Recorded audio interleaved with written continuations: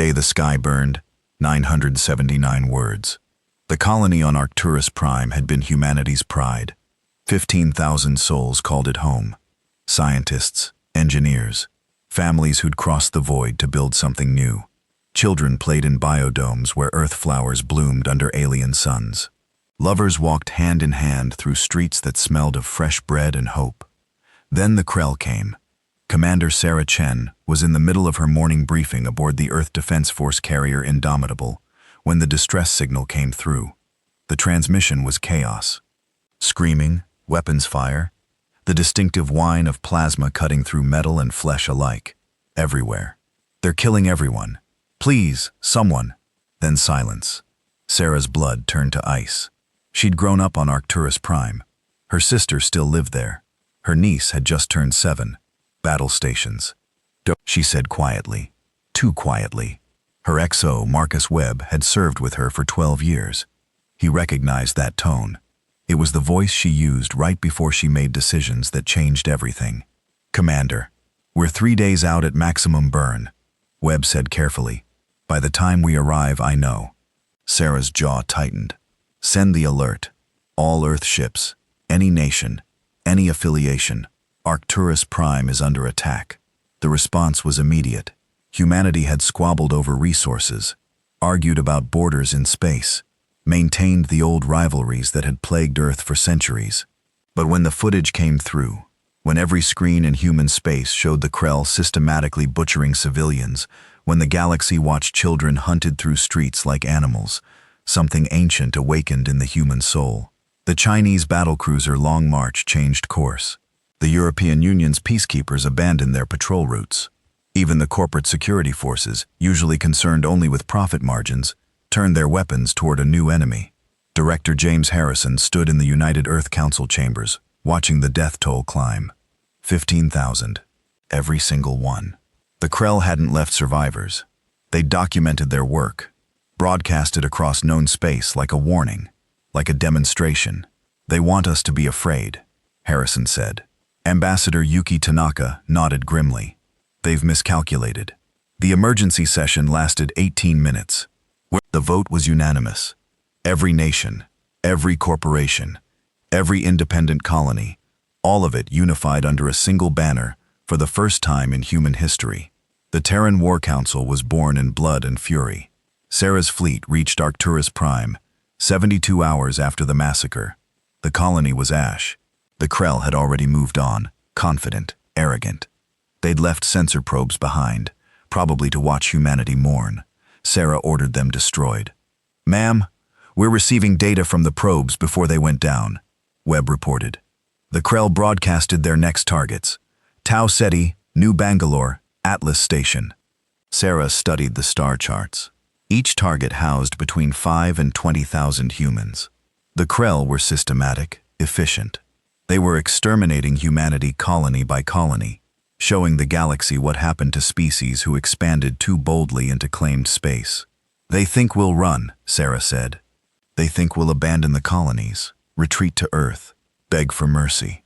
Will we? Webb asked. Sarah thought of her sister, of a 7-year-old girl who loved strawberries and wanted to be an astronaut. She thought of 15,000 people who died believing Earth would protect them. Send a message to all colonies, Sarah ordered. Tell them we're coming. Tell them Earth never abandons its children. She pulled up the tactical display showing the vast distances between human settlements and the Krell's projected attack vectors. The math was brutal. Even with every ship humanity possessed, they couldn't defend everywhere. We need time, Webb said. Time to evacuate, time to fortify, time to build a real fleet. Then we buy time. Sarah highlighted the Krell fleet's trajectory. They were moving through the Helios Nebula, a region of dense stellar matter that interfered with sensors and communications. Confident predators, they weren't even trying to hide. We take the fight to them. Webb's eyes widened. Commander, we're one carrier group. Intelligence estimates the Krell fleet at 40 capital ships minimum. This would be suicide. Sarah smiled without humor. Maybe, but it'll be loud. And it'll give every human colony time to prepare. She turned to face her XO directly. Marcus, humanity just learned we're not alone in the universe. We learned it the hardest way possible. Now we need to teach the galaxy something about us. What's that, ma'am? That we don't break. Sarah activated the fleet-wide channel. Faces appeared on screens throughout the ship. Young faces, old faces, every color and creed that humanity encompassed. People who'd volunteered to stand between the darkness and home. This is Commander Chen to all vessels. You've seen what the Krell did. You know what they plan to do next. I won't lie to you. The odds are against us. But we're not fighting for odds. We're fighting for every human who looks at the stars and dreams of what's out there. We're fighting for the children who'll never get to grow up unless we stand between them and monsters. She paused, letting the weight settle. The Krell wanted to teach the galaxy fear. Let's teach them something else. Let's teach them that humanity remembers, that we stand together, and that when you hurt us, we don't run. We come for you with everything we have. The response was immediate. A roar of approval from 5,000 throats across 7 ships. Sarah checked the calculations one more time. 3 days to intercept. 3 days to prepare for a battle they probably couldn't win. But they'd make the Krell remember it. The Krell warship Sovereign Talon drifted through the Helios Nebula like a predator that had already eaten its fill. War Commander Zex Cal reviewed the footage from Arcturus Prime for the 3rd time, mandibles clicking with satisfaction. The humans had been so fragile, so slow. The way they'd tried to protect their young had been particularly entertaining. War Commander, we're detecting anomalies in the nebula's outer edge, his sensor officer reported. Electromagnetic interference, consistent with primitive fusion drives. Zex Cal barely glanced at the display. Human scouts. Let them watch. Let them report what we've done. Fear is as effective as any weapon. Should we pursue? Why waste ammunition? They'll flee back to their breeding worlds and spread terror. It serves our purpose. What Zex Cal didn't know, what the Krell's superior sensors had missed in the nebula's interference, was that those weren't scouts. Commander Sarah Chen stood on the bridge of the Indomitable, watching the Krell fleet drift into position. 43 capital ships, just as intelligence had estimated. Each one capable of glassing a planet. Her fleet numbered 7 ships. They haven't detected us yet, Webb reported. The nebula's playing hell with their sensors just like we hoped. Sarah studied the enemy formation. Arrogant, spread out. They weren't even maintaining combat spacing. Why would they? As far as the Krell knew, humanity didn't have the courage to strike back. All ships prepare firing solution Omega, Sarah ordered. Wait for my mark. Lieutenant Dmitry Volkov manned the weapons console, his hand steady, despite knowing what came next. Behind him, engineer Park Ji-woo had worked 30 hours straight modifying their torpedo payloads. Beside him, navigator Amara Okafor had plotted their escape route down to the millisecond. 1 crew, 7 ships. The entire future of humanity riding on the next 5 minutes. Targeting solutions locked, Volkov reported. Fire. The nebula lit up like a dying star. 32 torpedoes, every weapon 7 ships could fire in a single salvo, streaked through the interference and slammed into the Krell fleet. Park's modifications worked perfectly. The warheads penetrated shields, designed to stop kinetic impacts, not weapons that phased through their primary frequency. 3 Krell capital ships exploded instantly. 4 more began venting atmosphere. Their hulls cracked like eggs. Second salvo away, Volkov shouted. On the Sovereign Talon, Zex Cal's world transformed from predatory satisfaction to disbelieving rage in the span of a heartbeat.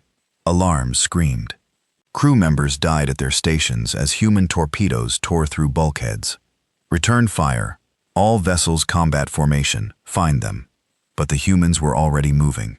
Sarah's fleet dove deeper into the nebula, using the interference that had hidden their approach to mask their retreat. Krell plasma beams cut through space where they'd been seconds before, hitting nothing but stellar gas and debris. They're pursuing, Webb reported, 20 ships breaking off to chase us. Good. Sarah allowed herself a tight smile. That's 20 ships not massacring colonists. Amara, execute evasion pattern Delta 3. The Indomitable twisted through the nebula like a fish in a coral reef, using dense matter clouds and radiation pockets to break targeting locks. Behind her, the rest of the fleet scattered according to plan. 7 ships becoming 7 separate headaches for the Krell to track. For 8 hours, they played a deadly game of cat and mouse. The Krell were faster, better armed, more numerous. But Sarah and her crew knew something the Krell didn't. Desperation makes you creative. Another one, Volkov crowed, as a Krell destroyer, lured into a radiation pocket, lost its shields long enough for the Chinese battlecruiser Long March to deliver a killing blow. But the victories came at a cost. Phoenix is hit, Webb reported. They're venting atmosphere, engines failing. Tell Captain Rodriguez to get his people to the escape pods, Sarah ordered, her voice betraying none of the grief twisting in her chest. All ships continue evasion. We can't stop to help. The European frigate Phoenix died buying her crew 30 seconds to evacuate. Only half made it. The running battle raged for 2 days. Sarah's fleet, always moving, always striking from unexpected angles, used every trick human naval warfare had developed in 500 years. They mined asteroid fields, rigged debris to explode, led Krell ships into unstable regions where stellar phenomena did half their work for them. But slowly, inevitably, the noose tightened. We're down to 4 ships, Webb reported grimly. Ammunition at 15%. The Krell are adapting to our tactics. Sarah checked the chronometer. 47 hours since first engagement. 47 hours that humanity's colonies had used to evacuate civilians, fortify defenses, and prepare. 47 hours purchased in blood. It's enough, she said quietly. Send the withdrawal signal. All ships rendezvous point Gamma. We're going home. But Jexkal wasn't finished. The war commander had lost 11 ships to 7 human vessels. 11 ships. His reputation was in tatters. His superiors would demand explanations. And worse, much worse, he'd learned something terrifying. Humans didn't fight like prey. They fought like something that remembered being predators. Track their trajectory, he snarled. I want to know where they're running. They're heading toward the Tau Ceti system, War Commander. One of their colony worlds. Jexkal's mandibles spread in what passed for a Krell smile. Then we'll finish what we started. Signal the main fleet. We'll make an example of Tau Ceti that will haunt them for generations. Sarah watched the Krell fleet adjust course, following her retreat exactly as planned. They took the bait, she said. Webb nodded slowly, beginning to understand. Tau Ceti's been evacuated for 36 hours. Every civilian is gone. Every civilian, Sarah confirmed. But someone's still there. Someone who's been waiting for the Krell to come. She thought of Director Harrison's last transmission, of the resources Earth had poured into Tau Ceti in the days since Arcturus Prime. The Krell thought they were chasing broken prey home to die. They were wrong. The Tau Ceti system looked dead. War Commander. Jexkal surveyed the human colony world through his flagship's view screens, mandibles clicking with anticipation. The orbital stations were dark. No defensive platforms. No patrol craft. No desperate transmissions begging for mercy. They abandoned it. His tactical officer reported. The entire colony is empty. Cowards. Jexkal felt a mixture of satisfaction and disappointment. He'd wanted the humans to stand and fight, to watch their faces when they realized resistance was futile. Begin bombardment anyway. Glass the surface. Let the galaxy see what happens when species defy the Krell dominion. His fleet of 32 capital ships, all that remained of the force that had left Arcturus Prime, moved into orbital bombardment formation. Then the moon opened fire. Admiral James Harrison stood in the command center humanity had carved into Tau Ceti's largest moon, watching his display light up with weapons fire.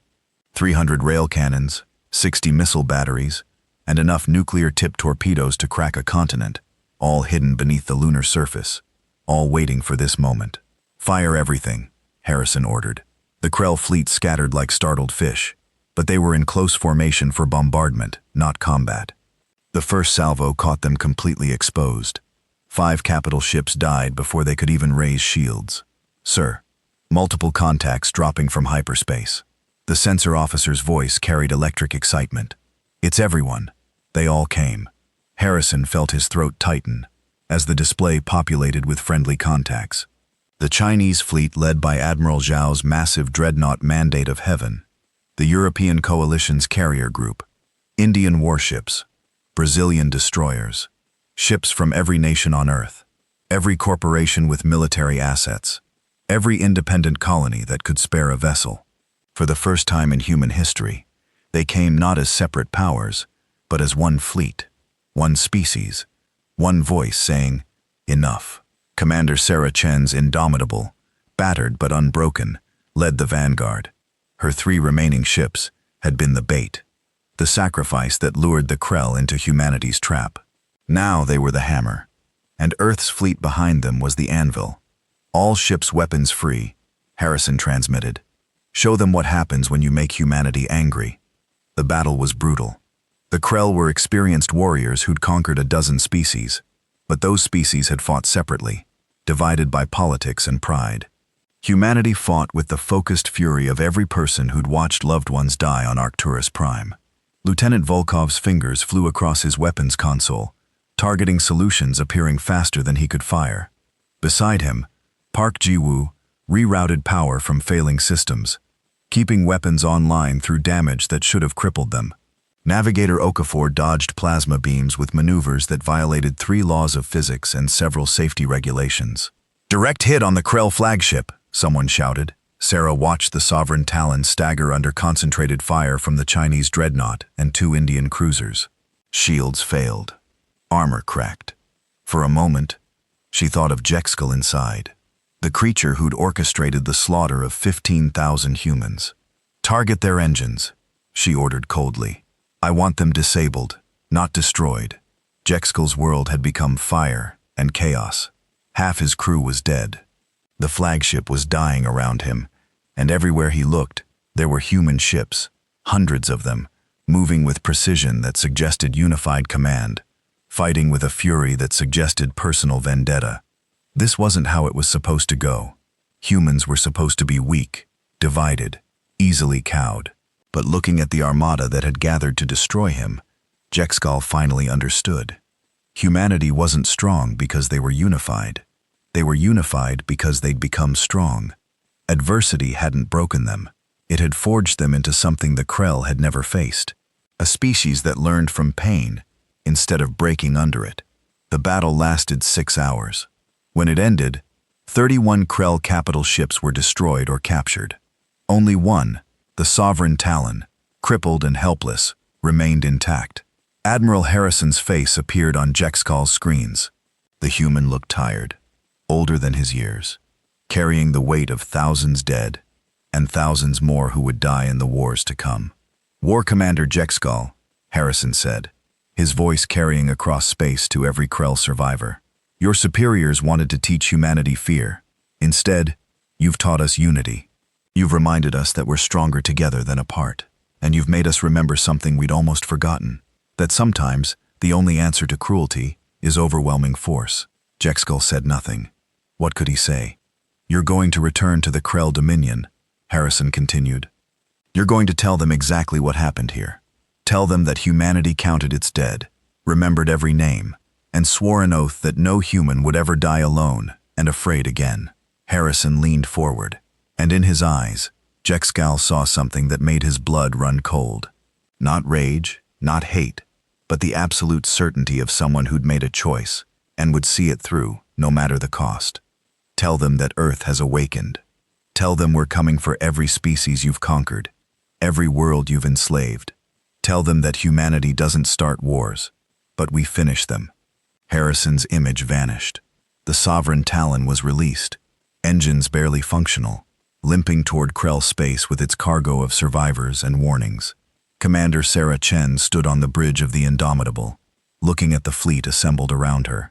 Ships from every corner of human civilization, united by grief and purpose. "What now, Commander?" Webb asked quietly. Sarah thought of her sister, her niece, 15,000 souls who'd gone into the void seeking a better future, and found only death.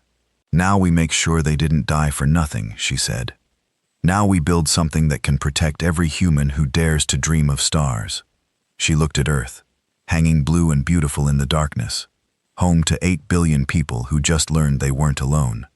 And they'd learned they were survivors.